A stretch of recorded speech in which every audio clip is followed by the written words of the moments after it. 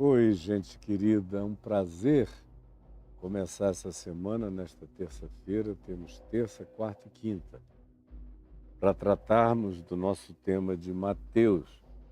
Eu vinha falando sobre as parábolas do reino. Eu vou voltar a elas, não agora, nesse momento, mas mais adiante haverá uma outra sequência de parábolas. Então, quando isso for acontecer, eu também vou resgatar parábolas que só estão em Marcos e só estão em Lucas e colocá-las na sequência aqui de Mateus. Mas não agora. Hoje eu quero continuar no contexto imediato de Mateus 13, que vem logo após ele ter explicado o significado das parábolas e ter perguntado: compreendestes estas coisas? Eu falei longamente sobre isso na quinta-feira passada e eu espero que você tenha entendido o que eu disse, porque foi de extrema importância. Está gravado aí no YouTube, o que eu falei na quinta-feira passada na nossa transmissão de Mateus 13, versos 51 e 52. E hoje, na sequência, ainda no capítulo 13, Jesus, após ter falado todas essas parábolas, o verso 53 diz o seguinte: tendo ele então proferido estas parábolas, retirou-se dali. Ele estava na Galileia, provavelmente em algum lugar entre Cafarnaum e a Alta Galileia, aonde ele se dirige, porque ele se dirige a Nazaré, e Nazaré já é uma aldeia da Galileia da parte alta, montanhosa da Galileia. Cafarnaum é uma cidade da parte mais baixa da Galileia, no nível do mar da Galileia, assim chamado. Então, em algum lugar no meio ou no caminho, andando com os seus discípulos e apóstolos e também com as multidões interessadas e que vieram querendo saber, indagando, ouvindo, perguntando, meditando no que ele estava dizendo, ele chega, após essa sequência de parábolas, ele chega à sua terra natal, ao lugar onde ele fora criado. É como se eu chegasse a Manaus, que foi o lugar onde eu fui criado, até os 10 anos de idade. Depois foi o lugar para onde eu voltei, vivi um período intenso da adolescência lá, muito intenso, perigosamente intenso e inconsequente, e aí até em estado de fuga pela inconsequência, eu voltei para o Rio, para Copacabana, para os amigos de lá, e para o jiu-jitsu Gracie, para tudo isso, e foi um outro tempo intensíssimo e perigoso, muito perigoso. No auge da ditadura militar, tanto é que 30 e tantos amigos meus foram presos e levados para Ilha Grande. Eu escapei porque tinha ido a Niterói visitar uns amigos e treinar na academia do Carson Gracie, em Caraí. Então, quando os militares passaram e prenderam os meus amigos, todos de Copacabana, ali da Miguel Lemos, da Constante Ramos, da Bolívar, daquela região, eu não estava lá, senão teria ido junto. Foi uma tragédia para quem foi. E eu fui poupado. Mas imagine, você volta para sua cidade.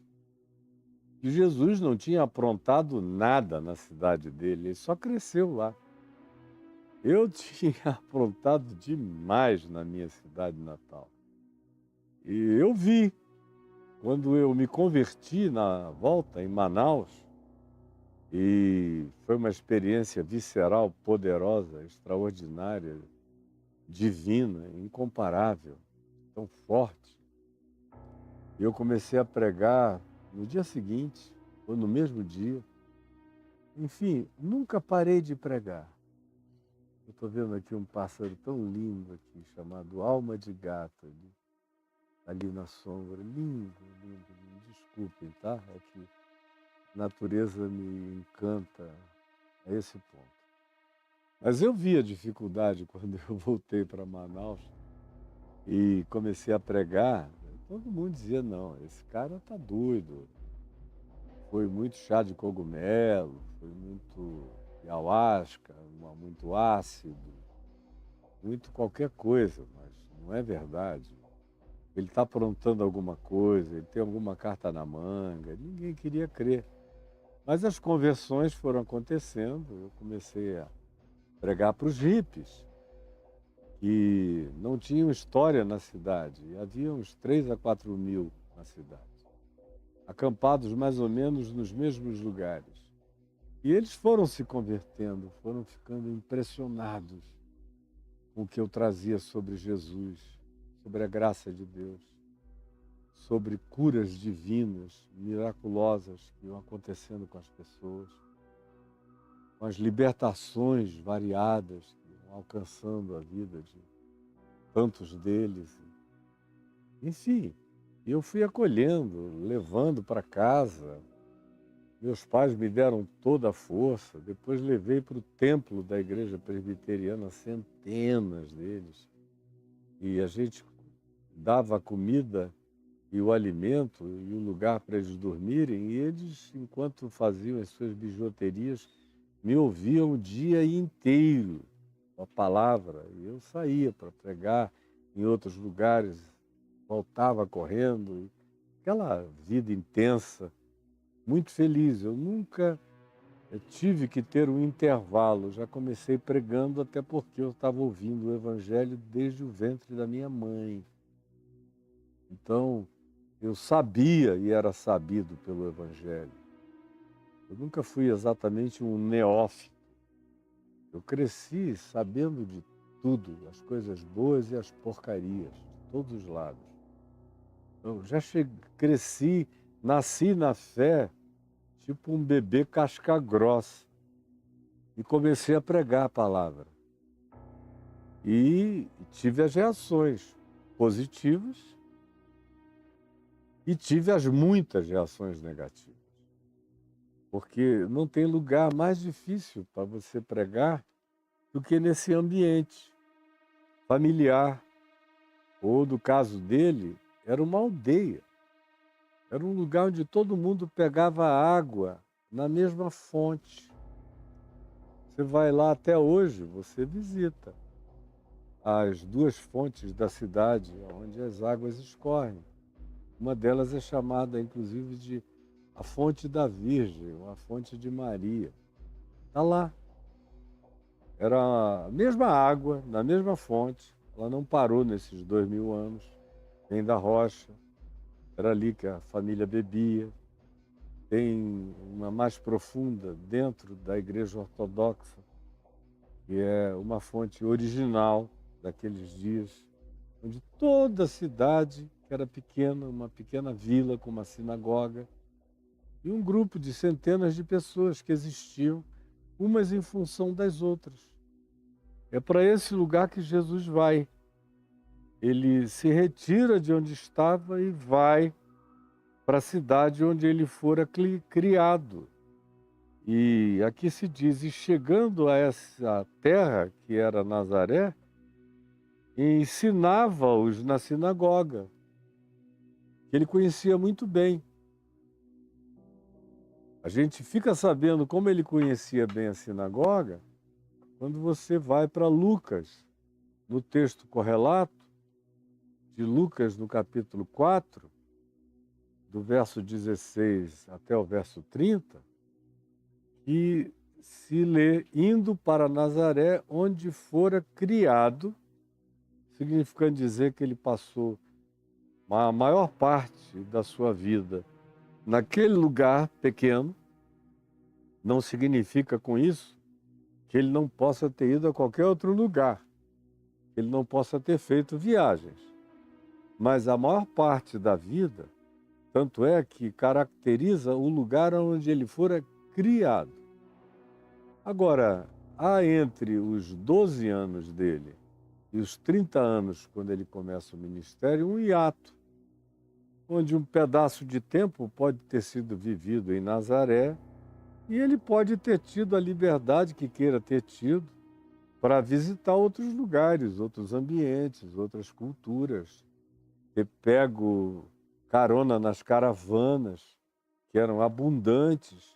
Ali embaixo mesmo, na Galileia, passava uma das vias mais intensas da chamada Via Maris, que levava e ia embora até a Índia, fazendo e trocando objetos, fazendo negócios. Eram caravanas comerciais que vinham da região subsaariana, atravessavam o Egito todo, toda aquela região de Edom, Moabe, Amon, desciam para a Galileia, cruzavam, passavam antes por dentro da região da antiga Moabe, onde hoje é Petra, na Jordânia, dos nabateus.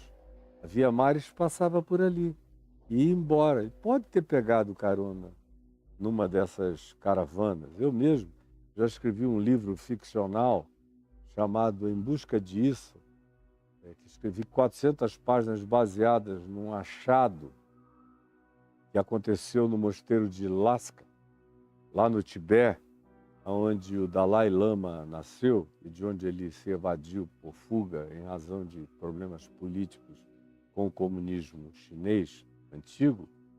E há um documento lá que foi encontrado e foi objeto de uma leitura de um repórter inglês que acabou reproduzindo o texto, que, segundo especialistas, continua lá em Lasca até o dia de hoje. E eu li o texto, fiz 1 milhão de pesquisas paralelas. Era um assunto que me interessava desde a minha adolescência, desde antes de eu me converter. Não era nada novo para mim. E eu escrevi um livro que já estava com 400 páginas densas. Quando caiu um raio lá em casa, e naquele tempo você não tinha esses aparatos todos de proteção, de break, de impedimento de que o raio, a corrente elétrica queime, torre o aparelho. Aliás, até já havia, mas na minha casa não havia. E por causa disso, torrou. Eu não tinha feito cópia ainda, escrevendo compulsivamente o livro, e a história foi embora e eu não tive mais paciência para recomeçar.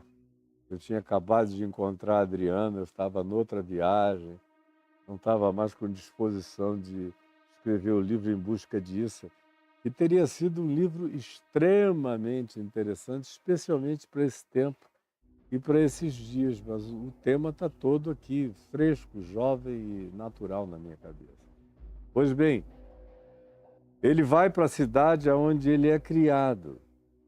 E entrou, olha outra vez, os elementos de vinculação dele com Nazaré. Entrou num sábado na sinagoga, segundo o seu costume. Fora criado, designa uma constância de evolução, de maturação etária. Entrou no sábado na sinagoga, segundo o seu costume, designa algo que era feito semanalmente, costumeiramente. Ele estava por ali, ouvindo a leitura das Escrituras, acompanhando a família. Os homens ficavam de um lado, as mulheres do outro. Ele cresceu ali. Todo mundo tinha se servido das capacidades do pai dele, da família. Era uma família de carpinteiros. O pai era o carpinteiro mor. Ele certamente também é chamado de carpinteiro, porque ele foi versado e treinado na arte da carpintaria de boa qualidade. Pois bem, ele era do lugar e o lugar era dele. E aí ele levantou-se para ler. Levantou-se. Então, era um sinal. Uma pessoa da idade dele, com mais de 30 anos, conhecida no lugar, um rapaz piedoso, um homem, que já havia ecos variados vindo de todos os lugares sobre o que ele estava fazendo. A presença dele na sinagoga já era a presença das presenças. Todo mundo olhando para cá, olhando para lá, vendo o que tinha mudado nele. Aí, de repente, ele se levanta para ler. E não parece ter sido um costume dele fazer isso antes. Mas nessa ocasião ele o fez. Então lhe deram o livro do profeta Isaías, que era o livro da leitura daquele sábado. Aquele sábado era pertinente continuarem as leituras relativas ao profeta Isaías. Era a vez de Isaías nas leituras da sinagoga, como acontece até o dia de hoje. Os livros vão sendo lidos e há uma sequência. Então ele, abrindo o livro, que não era um livro como esse aqui, que aparece para você nessa câmera que você está vendo, não era assim. Eram rolos, eram pergaminhos, tinham que ser abertos no extenso. Ele, abrindo o livro, achou, porque procurou. Não foi assim a esmo. Foi de caso pensado. Jesus não abriu, fechou o olho e praticou aquele horoscopismo bíblico, como a gente vê a superstição evangélico-pentecostal ou não pentecostal também fazerem a mesma coisa. Não. Ele foi, de caso pensado, foi vendo o manuscrito rolando até que chegou aonde na sua Bíblia é o capítulo 61, e disse: é aqui que eu quero ler. Esse é o texto do dia de hoje para mim. Ele achou o lugar onde estava escrito, era isso que ele queria ler. Ele leu na cidade dele. E o que ele leu? Está lá em Isaías 61. O Espírito do Senhor está sobre mim, pelo que me ungiu para evangelizar, para anunciar boas novas. Boas novas, não o inferno, o juízo, o desespero, a agonia. O cara, além de pobre, além de sofrido, além de infeliz, além de miserável, além de tudo, ainda chegam para ele com um evangelho que não é boa nova. É que é só medo, perigo, ameaça, inferno, juízo, diabo, demônio. Não, esse aí não é o evangelho de Cristo Jesus. O evangelho do cristianismo, da religião, do que quer queiram ter inventado de corrupção. Mas o evangelho que Jesus pregava é outra história. E Isaías sabia disso. E ele leu o texto que era pertinente àquilo que ele trazia e trouxera e seria perene. O Espírito do Senhor Deus está sobre mim. pelo que me ungiu para evangelizar aos pobres, aos desventurados, e enviou-me a proclamar um grito de libertação aos cativos das culpas, dos medos, das opressões espirituais, demoníacas, os cativos das condições de aprisionamento viciante, de dominação paralisante da vida. Eu vim dar esse grito de libertação e restaurar a vista aos cegos físicos e aos cegos cognitivos, para pôr em liberdade os oprimidos, os cerceados, os proibidos, os abusados pela dominação tirânica de tantos, de maridos perversos, de pais horrorosos, de religiosos que criam subalternos para a própria alegria tarada deles próprios. E quem quer que tenha conhecido Jesus e ouvido Jesus e andado com Jesus, ficou livre disso tudo. Todo mundo que encontrou Jesus e andou com Jesus, homens, mulheres, escravos, seres de qualquer raça, grupo étnico, de qualquer religião, de qualquer que tenha sido a natureza do condicionamento ou do vício, ou do impedimento cognitivo, do bloqueio mental, ou do vício de pensamento condicionado, todos os que se achegaram foram libertados. Os que prosseguiram continuaram libertos. Foi isso que ele veio fazer. Restaurar também a vista aos cegos e pôr em liberdade todos os oprimidos. E apregoar, anunciar esse ano do acolhimento. Ano aqui não é um ano de 365 dias e 6 horas, é uma era, é um aeon.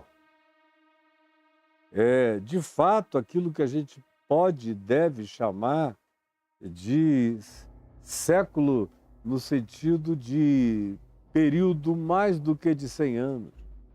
Uma era, realmente, que designa um zeitgeist, um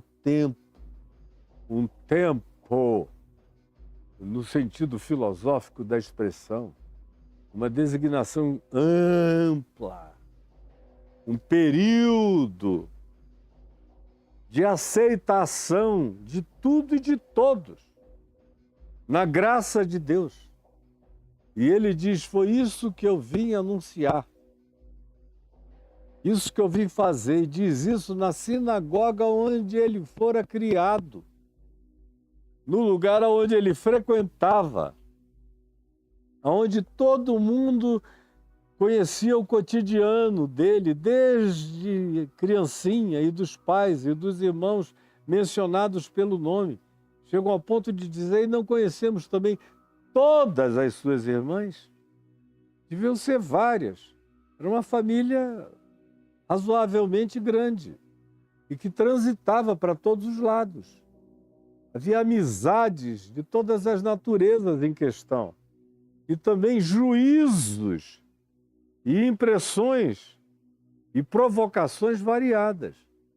Então, na sequência, se diz aqui em Lucas que ele fechou o livro, enrolou e entregou o livro, devolveu ao assistente rabínico e se assentou. E todos na sinagoga, calados, ninguém dizia nada, todo mundo olhando, em estado de perplexidade, olhando, ninguém dizia nada. Será que ele vai falar agora? Silêncio. Aí ele rompe o silêncio, enquanto todos estavam fixados nele. O texto de Lucas diz, os olhos ritos nele. Então ele passou a dizer-lhes. E olha só o que ele diz: para você que está longe de tudo, desaculturado, não tem a menor ideia do significado cultural, do peso das coisas, da perspectiva impactante do que ele declarava, você passa batido, mas na realidade é algo chocante o que ele diz. Então, Jesus passou a dizer-lhes o seguinte: hoje, nesse dia, nesse sábado, aqui em Nazaré, nesta sinagoga, acabou de se cumprir o que o profeta Isaías disse do capítulo 61. Para eles, meu Deus, isso era uma blasfêmia sem tamanho. E se um dia Isaías 61 fosse se cumprir, eles imaginavam que seria no templo, em Jerusalém, por um Messias portentoso, vistoso, glorioso, musculoso, coroado, militar, guerreiro, com cetro na mão, com todos os aparatos do poder. Era essa fantasia da imaginação rabínica de todos eles e do país inteiro, porque eles queriam um ungido do Senhor que os libertasse do Império Romano e que impusesse a soberania de Israel sobre todos os povos da terra. Israel sempre quis ter uma dominação sobre todos os povos da terra e cria que o Messias é que faria com que eles se tornassem os dominadores de todos os povos da terra. Israel sempre viveu movida por uma teologia do domínio. Sempre. Desde os tempos mais primitivos, havia uma expectativa de dominação.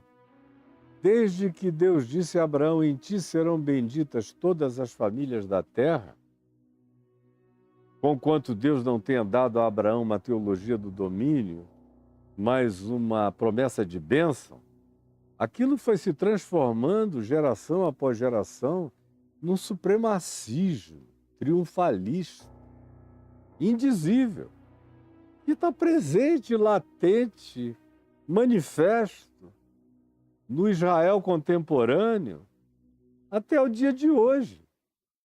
Há uma arrogância religiosa em Israel que só cresce, e tanto mais quanto o indivíduo seja fanático, conservador, daquela extremíssima direita religiosa que quer derrubar a mesquita de El-Aqsa e o monumento do Domo da Rocha, derrubar tudo e na esplanada antiga construir o terceiro templo para obrigar a volta do Messias.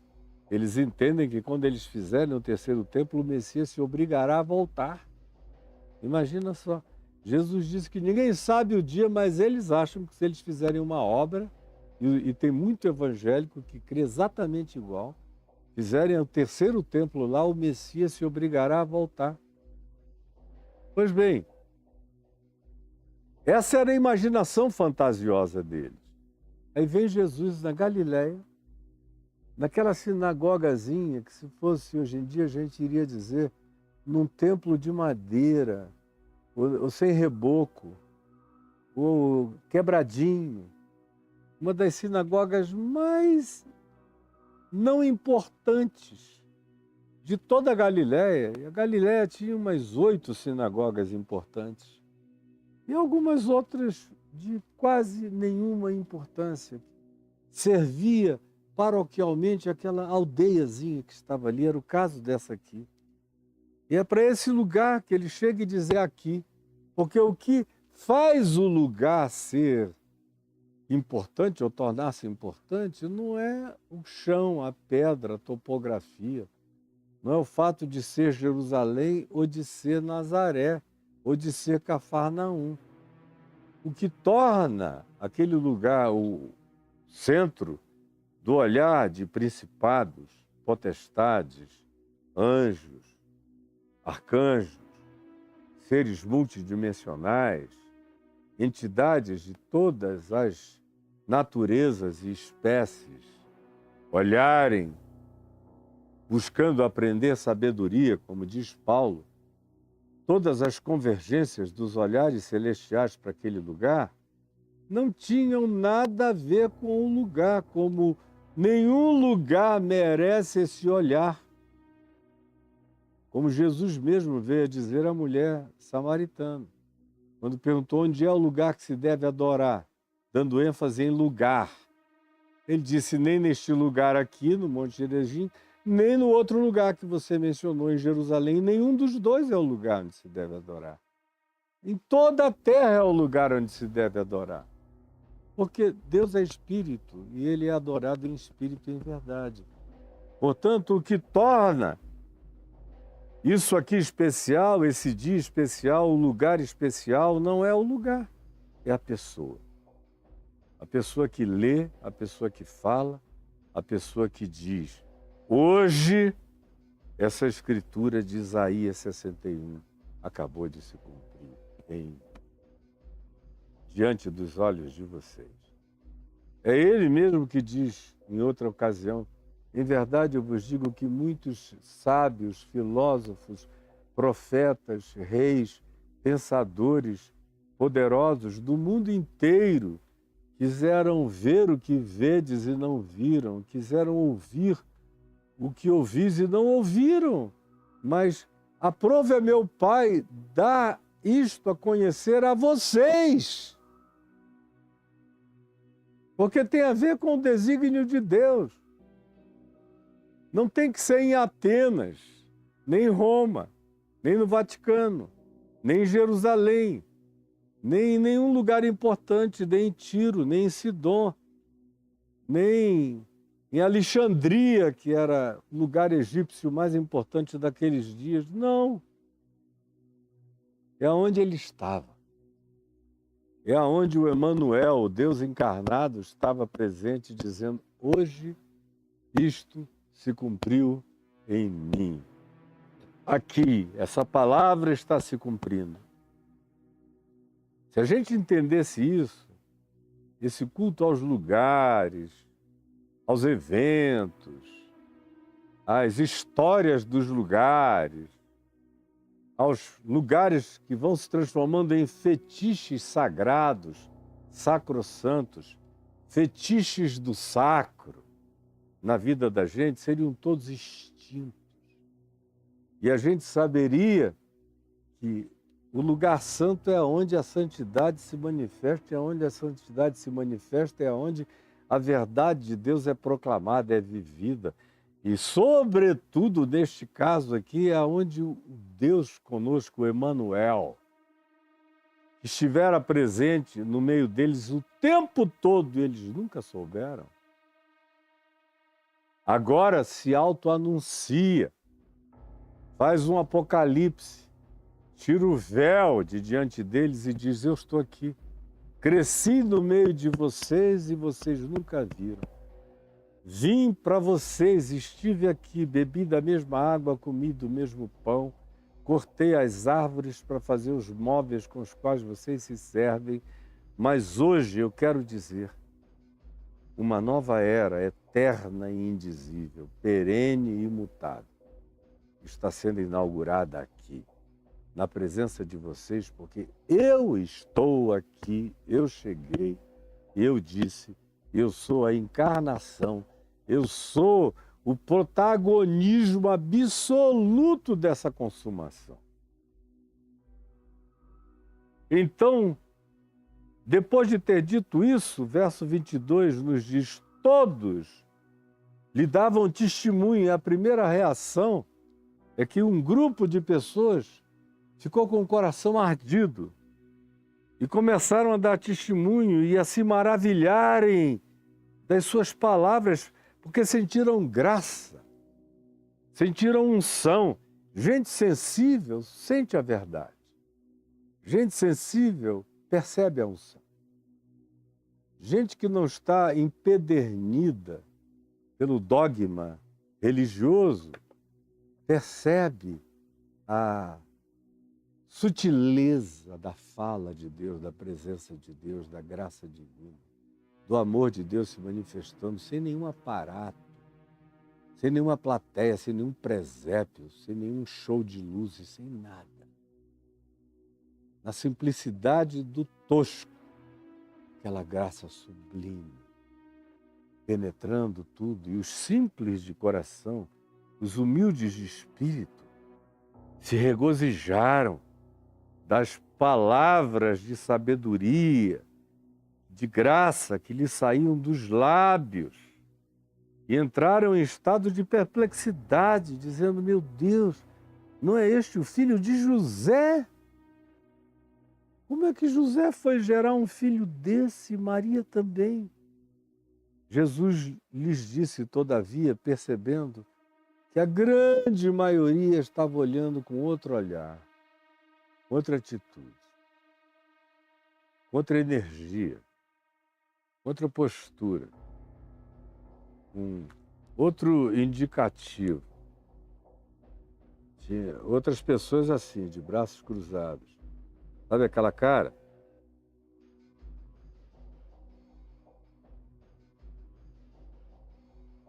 Aí ele vê, sempre tem uma minoria boa e uma maioria idiotada, e entre os idiotados um grupo de perversos. Aí ele fala o que fala por causa dessa maioria. Depois que perguntaram, não é este o filho de José? Disse-lhe Jesus, sem dúvida, citar-me-eis este provérbio. Um dito popular, médico, cura-te a ti mesmo. Portanto, diríeis também, tudo o que ouvimos ter se dado em Cafarnaum, porque eles já tinham ouvido o que vinha de Cafarnaum, as curas, os milagres, as libertações, a maravilha das ressurreições, tudo o que vimos acontecer lá em Cafarnaum, faze-o aqui na tua terra, na tua casa. Aqui onde a gente viu você carregando madeira no ombro e pegando água na fonte. E enfiando prego no pau. Faz aqui. A gente quer ver aqui. Notícias de longe a gente já ouviu. Mas é aqui. É aqui que a gente quer ver. Aí começa essa provocação. E Jesus já se adianta e diz, olha, aqui no meio de vocês, eu sei, eu conheço o coração de vocês, eu sei que provérbio está se cumprindo aqui. Médico, cura-te a ti mesmo. E o que nós ouvimos que tu fizeste em Cafarnaum, todas as maravilhas, não só palavras, mas feitos, obras e atos, realiza aqui, na nossa cara, na nossa sinagoga que a gente quer ver. E prosseguiu. De fato, eu vos afirmo que nenhum profeta é bem recebido na sua própria terra. Nenhum. Ninguém foi recebido na sua própria terra. Você nasce no lugar, tem um monte de gente com suspeições a respeito. Eu até na minha terra poderia ser mal recebido naqueles dias. Mas graças a Deus venci a maldade da cidade e depois de uns 2 anos eu era a figura mais amada, respeitada, querida e celebrada na cidade toda. Por milagre de Deus. Milagre de Deus.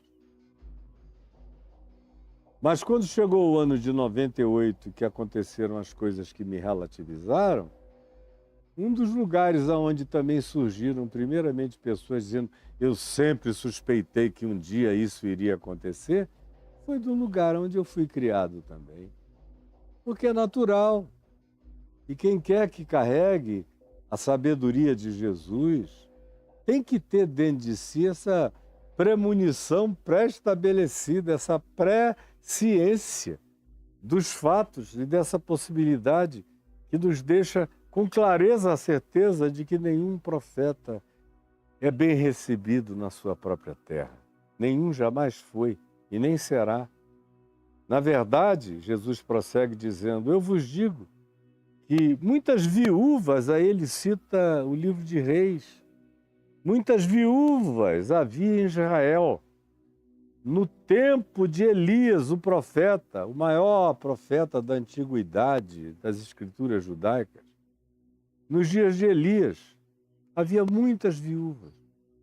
Quando o céu se fechou por 3 anos e 6 meses e veio grande fome sobre a terra, e a nenhuma das viúvas de Israel ou de Nazaré, ou das viúvas que Elias conhecia da sua terra, ele foi enviado.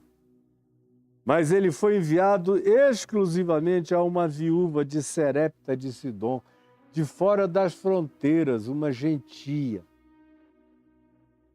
Teve o coração aberto para acolhê-lo, porque as viúvas de Israel não criam que naquela fome, naquela sede, poderia haver multiplicação de comida até o fim da calamidade.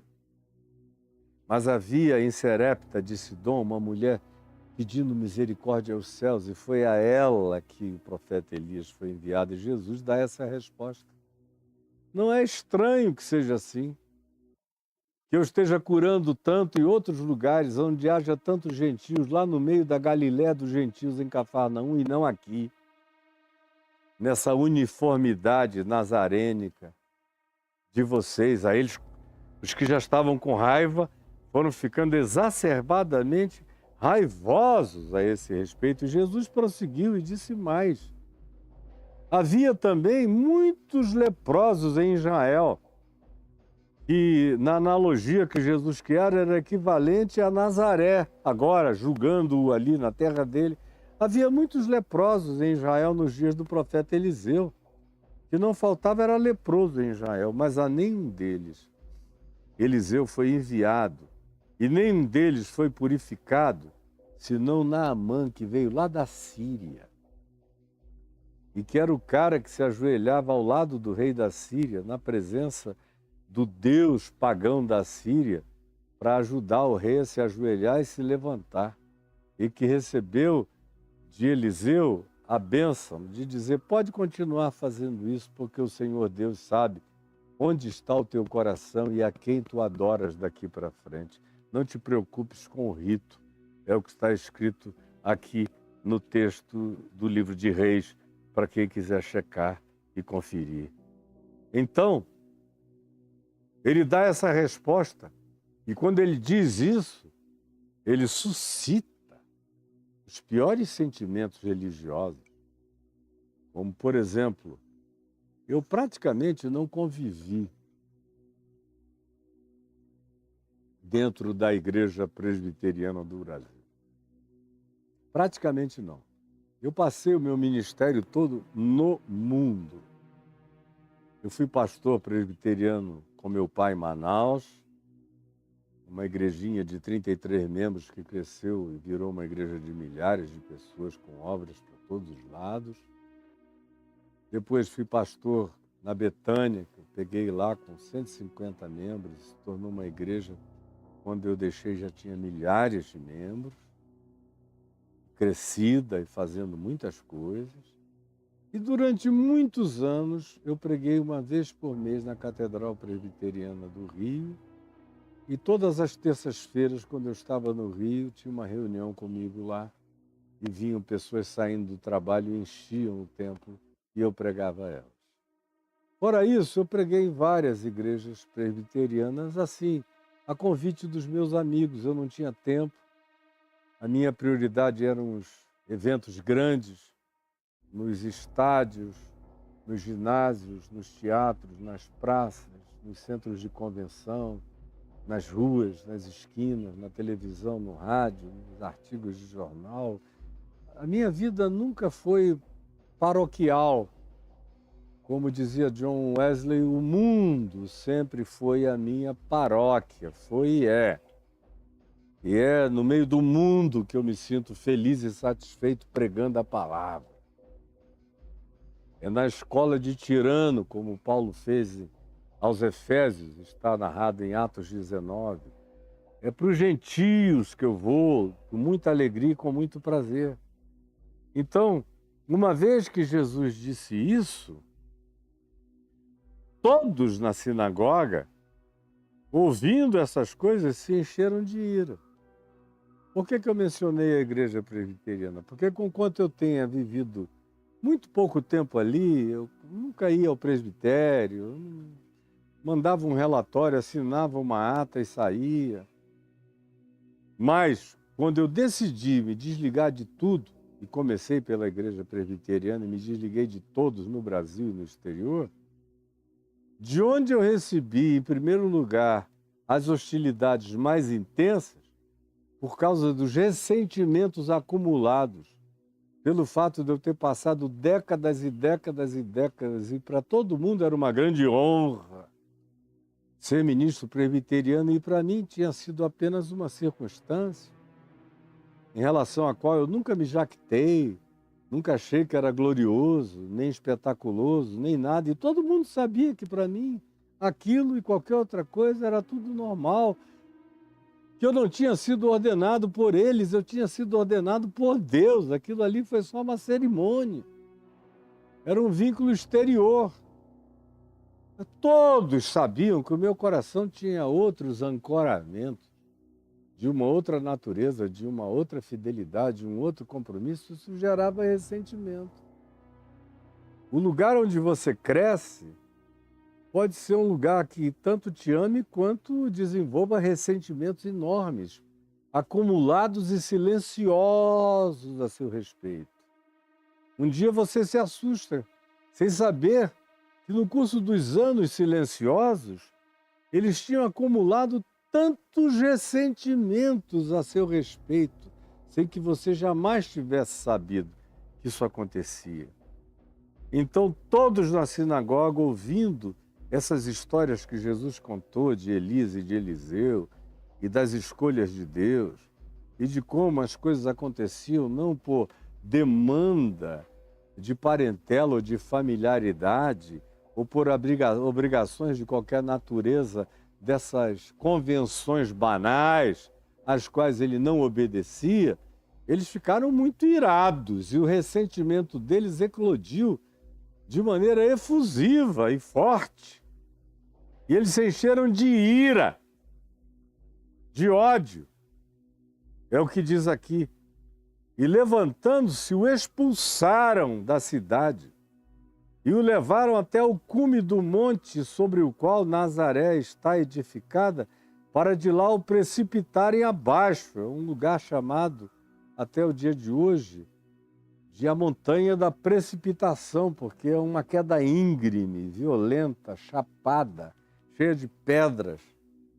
Eu já preguei centenas de vezes lá, dezenas, centenas de vezes. Então levaram-no até ali para jogarem-no abaixo, naquele lugar de execução inescapável. Jesus, porém, passando pelo meio deles, retirou-se. É o que está dito aqui em Lucas, de uma maneira um pouquinho mais expandida para nós.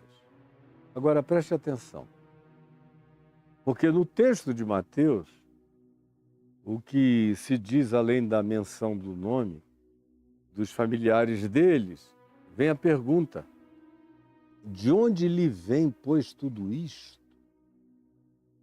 Aqui em Mateus tem essa pergunta. Escuta, a gente viu esse cara aqui, ele não foi estudar em lugar nenhum, ele não recebeu nenhum treinamento de nenhum rabino, ele não veio com nenhuma natureza de documentação acadêmica por ter se assentado aos pés de algum sábio terráqueo. De onde vem? Como é que ele se torna um ente tão disruptivo como essa manifestação que ele traz agora? É totalmente disruptiva em relação ao pai, à mãe, aos irmãos, às irmãs, à carpintaria, ao tempo que ele passou aqui. De onde, pois, lhe vem? Isso tem uma fonte misteriosa. De onde brota essa ousadia, essa unção, essa graça que impressionou a alguns, e essa capacidade de intrepidez que chocou, irou e produziu antagonismo em tantos outros? E de onde vem essa convicção de que ele é a encarnação e o cumprimento de Isaías 61? Isaías, na sua palavra messiânica, e todos os rabinos e todo o povo de Israel sabia que aquele texto era um dos textos mais eminentemente messiânicos do profeta Isaías e do Velho Testamento. Era um texto alusivo à vinda do Messias. E aí dizem, como é que pode? De onde vem essa certeza, essa convicção? Ou esse cara enlouqueceu, ou ele é um doido, um surtado, um maluco, ou é um charlatão, todas as coisas. De um lado se usa uma palavra que é e se maravilharam dele. Como diz o verso 54 de Mateus 13, maravilharam-se. De um lado, maravilha, de um outro lado se diz e escandalizaram-se nele. Diz o verso 57, porque maravilha e escândalo são quase que recíprocos da mesma coisa. Eles se maravilham de você, aí te totemizam, você vira um totem. Quando eles se maravilham de você, é um totem. Meu Deus, que coisa linda! Eu já fui um totem para milhões de pessoas durante muitos anos. Eu era totemizado, de maneira que me deixava constrangido. E muitas vezes eu me insurgi contra aquela totemização. Aquela maravilha, extraordinário, é nosso, pertence a gente. Até que você vai e mostra que é livre.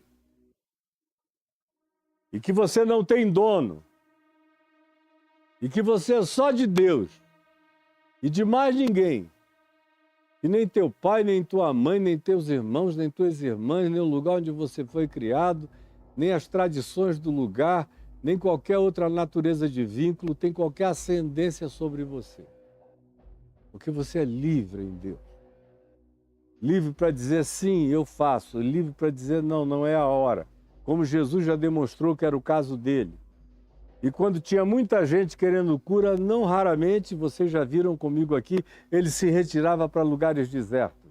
Ou interpunha a multidão, e entre a multidão e ele, a dificuldade de um pedaço de lago. E ele falava de dentro de um barco, para que ouvissem a alguns metros a voz dele lá, mas não ficasse aquele monte de gente apalpando. E ele virava o barco em outra direção e ia na hora que queria. Liberdade absoluta. Isso é extremamente constrangedor para quem tem a mania religiosa do controle e da dominação. Para quem tem a mania familiar do controle e da dominação. Para quem acha que pela parentela tem acessos fisiologicamente diferentes. Tem atavismos que dão prerrogativas de poder especial. Aí quando encontram uma pessoa como Jesus, que não se deixa ataviar pela dominação de ninguém ou pela pressuposição de ninguém em relação a ele, de um lado, maravilha, os puros, simples e limpos de coração se encantam e se perplexificam para o bem. Mas de um outro lado, meu Deus, o que a gente não controla, a gente detesta, a gente odeia, a gente tenta destruir. É o que fazem muitos, ou a maioria, especialmente gente com essa presunção religiosa ou de natureza de perversão familiar controladora. Como foi o caso de Maria, como a gente já viu aqui mesmo na exposição de Mateus, quando eu tive que recorrer a Marcos, no capítulo 3, quando Maria e os irmãos foram até Cafarnaum querendo prender a Jesus, porque diziam, ele está louco, porque não come, não bebe, não dorme, fica curando gente o dia inteiro, a gente tem que prender esse menino, ele está doido. E vocês viram o que aconteceu. E como eles levaram um passa-fora lindo de Jesus lá em Cafarnaum e voltaram com os santos rabinhos entre as pernas de volta para Nazaré. Mas aqui é a cidade toda, inclusive os donos da sinagoga. Está todo mundo com raiva. Maravilharam-se e escandalizaram-se. Porque ou você é totem, como Freud explicou, ou você vira tabu. Geralmente, tanto mais quanto um dia você tenha sido totemizado, cultuado, mais você se torna tabu no dia da sua relatividade. E eu sei na minha carne, no meu sangue, nas minhas veias, nos meus 70 anos de idade, eu sei, cada pelinho aqui do meu corpo sabe o que é ser tratado como um totem na terra inteira, no meio cristão, e sabe o que é virar tabu do dia para a noite, aonde todo mundo diz, se você ouvir, amaldiçoe-o. E há um livro especial de Freud que você deveria ler, chamado Totem e Tabu, que explica bem essa fenomenologia, mas os evangelhos estão carregados desse ensino. E qualquer antropologia humana e qualquer psicologia humana de boa qualidade ensina a diferença entre a totemização e a feitura de um tabu maldito daí para frente. E eu vou parar por aqui porque amanhã eu quero continuar falando exatamente desse processo que Nazaré nos induz a ele em termos de reflexão. Nos induz a pensar no significado, porque tem muita gente aqui que já no seu ambiente, dentro de casa, na família, já foi até totemizada, quando vivia para agradar a todos. E hoje está vivendo uma vida de tabu, de amaldiçoado, de rejeitado. Enquanto você não disse que era gay, você era o melhor filho do mundo. Depois que você disse que era, você foi amaldiçoado por todos os elos da cadeia parental. Enquanto você era a figura do agrado, enquanto seu casamento feliz estava em pé, todo mundo te louvava. No dia que por alguma razão não deu mais, você passou a ser desprezado, o odiado e o falido. Enquanto você colaborava com dinheiro, com recursos, você era o totem da graça. Quando você quebrou e não pôde mais fazer isso, você passou a ser o enjeitado, amaldiçoado e jogado em ostracismo. Nazaré, dentre as muitas histórias que nos conta essa aqui também. Mas eu vou deixar isso para o dia de amanhã. Espero que você esteja aqui comigo. O nosso amigo TikTok está ali nos seus 2 últimos minutos. E eu peço a você que está comigo aqui agora, que vai voltar amanhã, que está me assistindo na plataforma do YouTube, que é a plataforma oficial do que a gente faz, veja esse QR Code que está aqui em cima de mim, aponte na direção desse QR Code e ele vai jogar você num outro ambiente, que é esse ambiente de como você pode fazer para colaborar com o meu ministério. Caio, o que eu posso fazer para ajudar o teu ministério? Meu ministério. Essa pregação, esse ensino e tudo que eu faço e distribuo pelo mundo inteiro, e cada vez mais distribuiremos pela terra toda. O que eu posso fazer para ajudar? Você clica aí nesse botão verde, quem está no YouTube já viu, passa para esse ambiente onde você tem os 2 bancos, o Santander e o Banco do Brasil, para um depósito único ou para fazer transferências bancárias programadas, depende do que você deseja.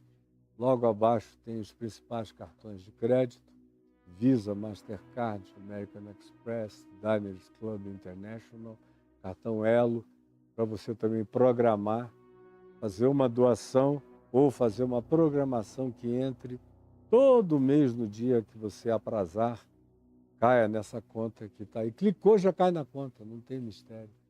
PagSeguro é a mesma coisa, clicou, já cai na conta, você sabe como proceder. E o pessoal que mora fora do Brasil e que diz, eu queria, se eu morasse no Brasil, eu iria ajudar. Não precisa morar no Brasil. Você pode ajudar de qualquer lugar da Terra. De qualquer lugar da Terra. O PayPal está aí para você ajudar. Isso é apontando para aquele código lá, você cai nesses ambientes de contribuição, no QR Code. E também se lá no meu portal, no caiofabio.com.br, tem escrito contribuição. Se clicar, tem a mesma coisa lá para você entrar e fazer a mesma operação. Mas, por enquanto, aí ó, tá lá, contribuição ali em cima, tá vendo? Olha aí, o mesmo QR Code, mesmo Banco Santander, Banco do Brasil. Ou seja, você está cercado pela cabeça em todos os lugares. É só querer participar e ajudar. E aí embaixo, enquanto eu estava falando aqui, você viu o Pix do CNPJ da Drica, que é a organização que dá base para o nosso funcionamento, para o nosso relacionamento com o Estado, com tudo isso. Ninguém consegue fazer nada sem ter uma pessoa jurídica. De modo que está aí, é o número da pessoa jurídica e você contribui com o meu ministério, com tudo que é concernente ao que eu faço. Faça isso, eu vou ficar muito feliz.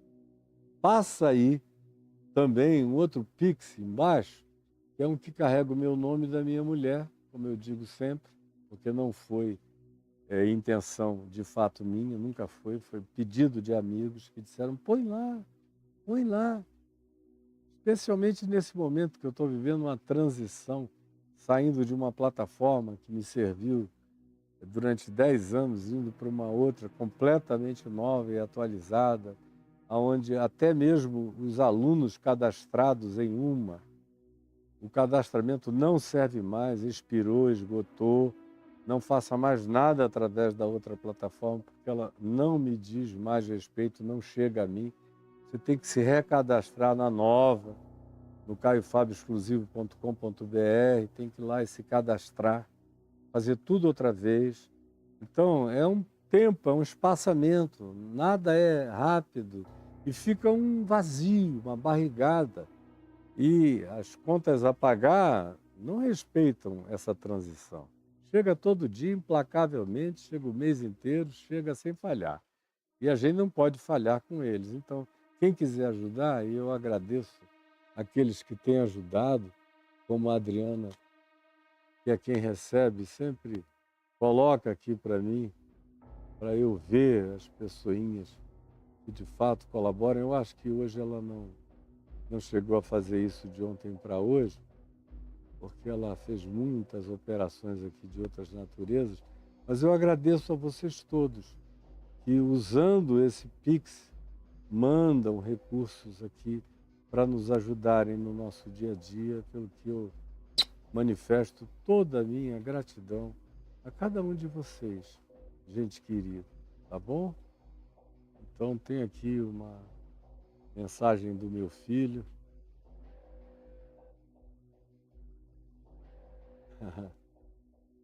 Meu filho, como for melhor para você, eu ainda estou no ar aqui, mas eu interrompo tudo para te dizer qualquer coisa. Como você achar melhor. Mas o papai está aqui, te amo. Então, pois bem, você sabe, todavia, que o que mais me alegra é que você faça os meus cursos. Mais me alegra. E eu fico muito feliz quando você se inscreve.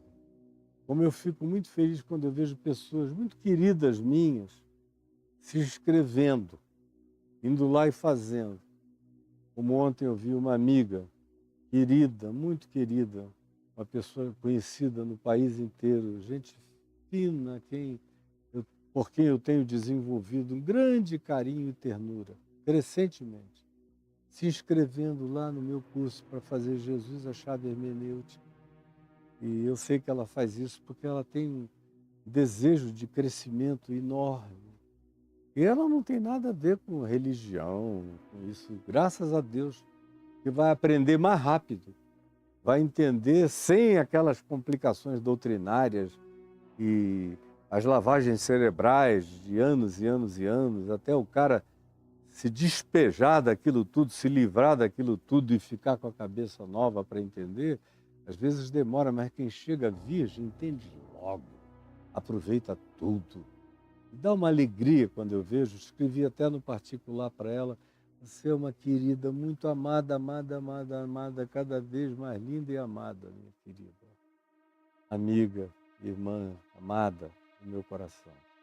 Então, você pode entrar aí no caifabexclusivo.com.br, ele te joga nesse ambiente do meu portal, do meu ambiente de cursos, e você aí tem o ambiente todo, né, Caio?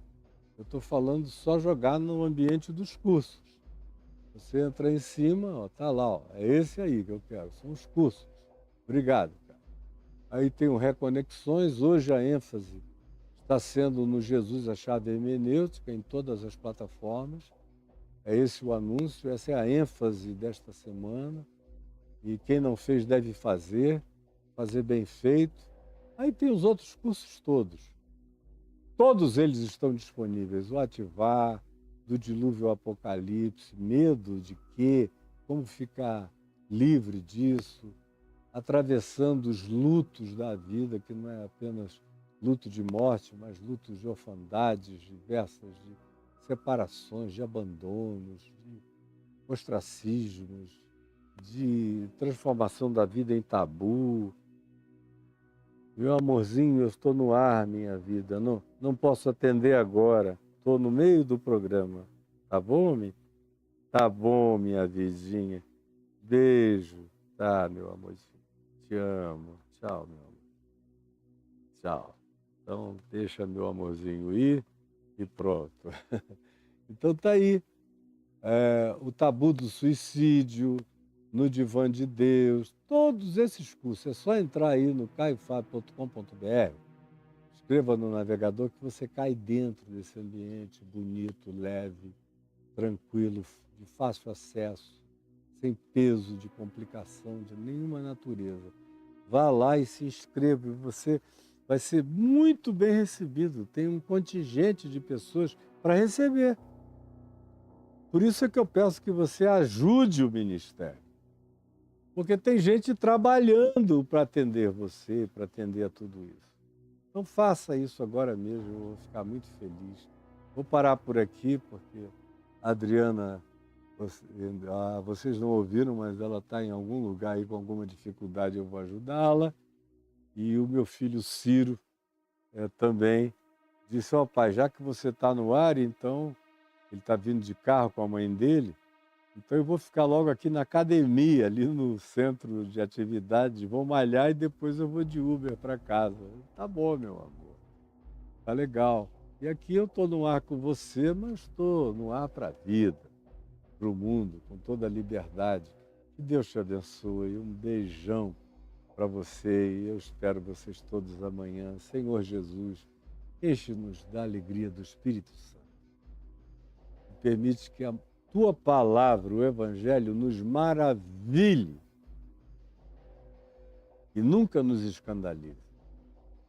Porque bem-aventurado é aquele que não encontra no Evangelho nenhum motivo de tropeço. Não encontra na manifestação do amor de Jesus, que abraça a todos os que nós nem sempre abraçamos e acolhe a todos os que nós nem sempre acolhemos. E que perdoa todos os que nós nem sempre perdoamos. Não seja um escândalo para a nossa vida. Para que mal não nos venha, e nos venha apenas a bênção dessa boa nova. É o que eu te imploro, em teu nome, Jesus. Amém, amém e amém.